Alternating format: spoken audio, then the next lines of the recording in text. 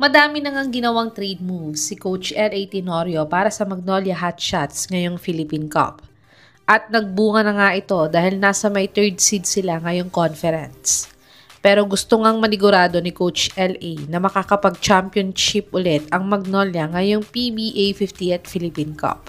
Kaya't narito ang mga tinatarget na players ni Coach L.A. upang tulungan silang makapag-champion ngayong conference. Top 5. Christian Standhardinger. Si Christian nga ay mag-iisang PBA season nang hindi naglalaro sa PBA. Ito ay matapos siyang hindi pumirma ng extension contract sa Terra Firma Jeep at biglaan na lang nag-announce ng retirement sa PBA. At napapabalitaan pa ngang may alitan nga daw sila ni Coach L.A. dati sa Ginebra, kaya't di siya kukunin ni Teniente sa Magnolia. Pero si Stan Hardinger nga lang ang talagang susi para makapag-champion ulit ang Magnolia Hotshots. Kaya't kung desidido talaga si Coach L.A. na pag-championin ng Magnolia ngayong PBA 50th season, ay si Stan talaga ang dapat niyang kunin sa Magnolia ngayong conference. Nag-a-average si Bulldozer ng 15.2 points, 8.4 rebounds, 3 assists, 0.5 steals, 52 field goal percentage at 50% free throw shooter sa kanyang last PBA 49th Governors Cup. Panoorin natin ang maikling basketball game highlights ni si Stan last PBA 49th Governors Cup sa Terra Firma Jeep.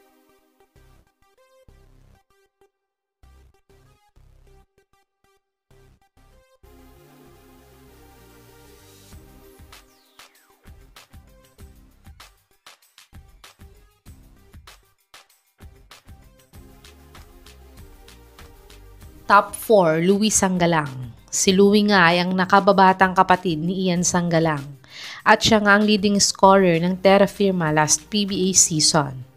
Pero nang dumating si Jerica Hanmisi sa Jeep ngayong Philippine Cup, ay bumaba na nga ang contribution niya sa team. Kaya't dahil dito nga, ay pwede siyang mag-request ng trade sa Jeep management kung di na nga siya masaya dito. At pwede nga siyang kunin ng Magnolia Hotshots upang magsama ang magkapatid na Sanggalang sa team.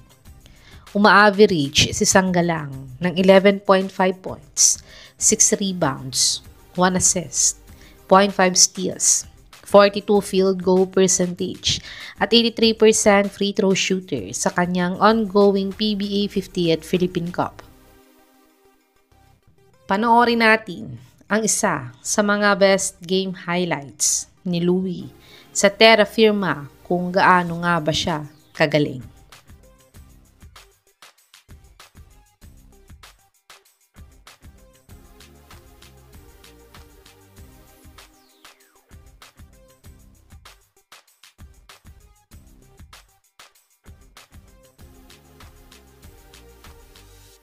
Top 3, Mark Nonoy. Si Nonoy nga ay isa sa mga rising star player ng Terra Firma Jeep ngayon.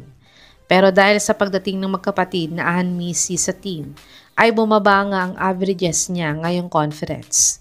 Dahil last PBA season nga ay isa siya sa mga leading scorer nila sa team. At matagal naman nang napapabalitaang sa Magnolia Hotshots nga dapat mapupunta itong si Nonoy. Ngunit, hindi lang ito natuloy dahil nag-under new management ang Magnolia dahil sa pag-alis ni Coach Chito Victolero last off-season. Ngunit, ngayon nga ay pwede na ulit nila itong buhayin upang makuha na talaga nila si Nonoy sa Magnolia.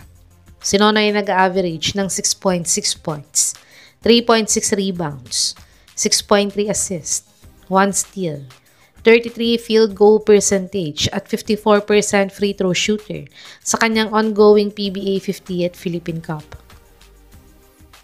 Panoorin natin ang maikling game highlights ni Nonoy sa Jeep kung gaano nga ba siya kagaling na manlalaro.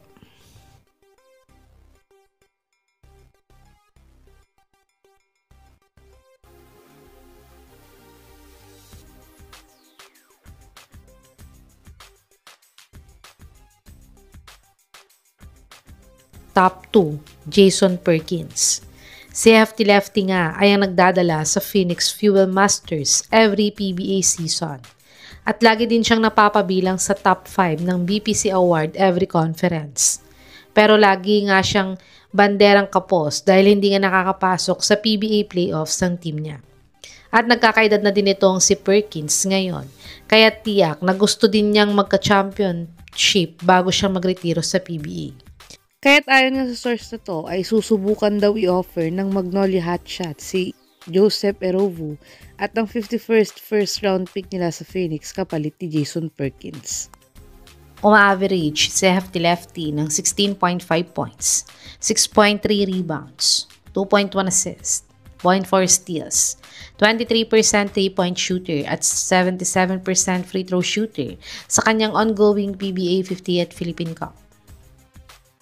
Panoorin natin ang maikling game highlights ni Perkins sa Phoenix kung siya na nga ba ang missing link ng Magnolia para sa championship ngayong conference.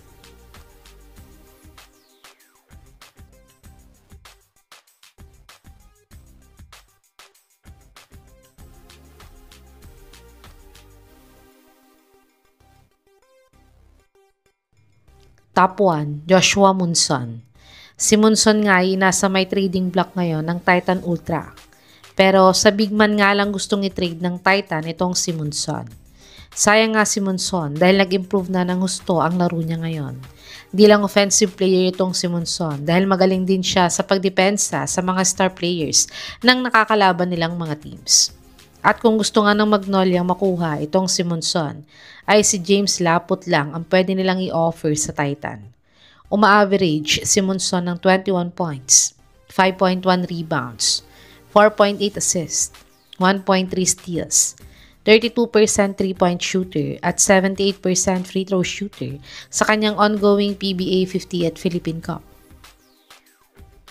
Panoorin natin ang isa sa mga latest game highlights ni Joshua sa Titan Ultra kung gaano na nag-improve ang laro niya.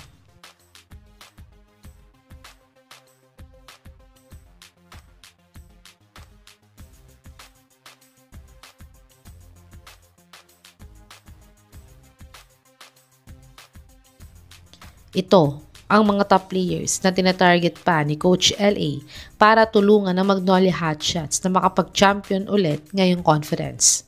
Sa tingin niyo mga kabubbles, sino sa mga players na to ang makakatulong sa Magnolia na makapag-champion sila ngayong Philippine Cup? I-comment nyo na po yan sa baba.